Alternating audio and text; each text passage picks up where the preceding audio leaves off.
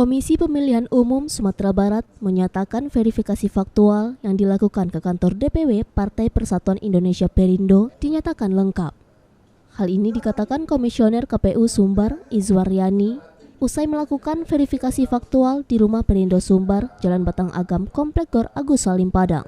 Sementara Ketua DPW Partai Perindo Sumatera Barat, II Apriyatna, telah dilakukannya verifikasi untuk level DPW sudah lengkap 3 unsur tersebut mulai dari kepengurusan, keterwakilan perempuan 30% dan domisili kantor DPW.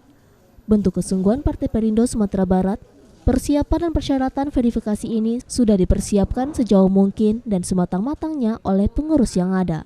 Dalam tahapan verifikasi Perindo Sumbar menargetkan 19 kabupaten dan kota harus lolos sebagai peserta pemilu 2024. Verifikasi faktual tersebut dilakukan oleh KPU Sumatera Barat yang disaksikan oleh Bawaslu Sumbar.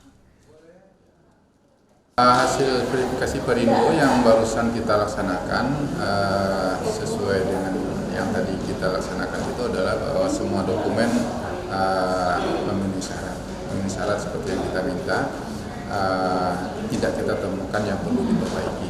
Itu untuk hasil verifikasi faktual dokumen. Untuk DPW? Ya, untuk DPW. Untuk DPD sendiri ya, di level kabupaten ini gimana Pak?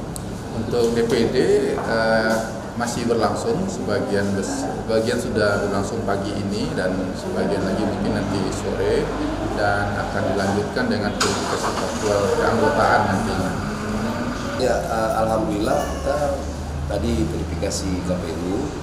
Yang diverifikasi adalah 3 unsur tadi, kepengurusan, kemudian keterwakilan perempuan 30%, kemudian domisili. Persiapan kita itu sudah kita lakukan dari 3 bulan yang lalu, dan ini adalah finalnya untuk DPW. Untuk DPW sendiri adalah finalnya verifikasi, karena di DPW sendiri tidak ada verifikasi keanggotaan. Yang ada verifikasi keanggotaan adalah di kabupaten kota.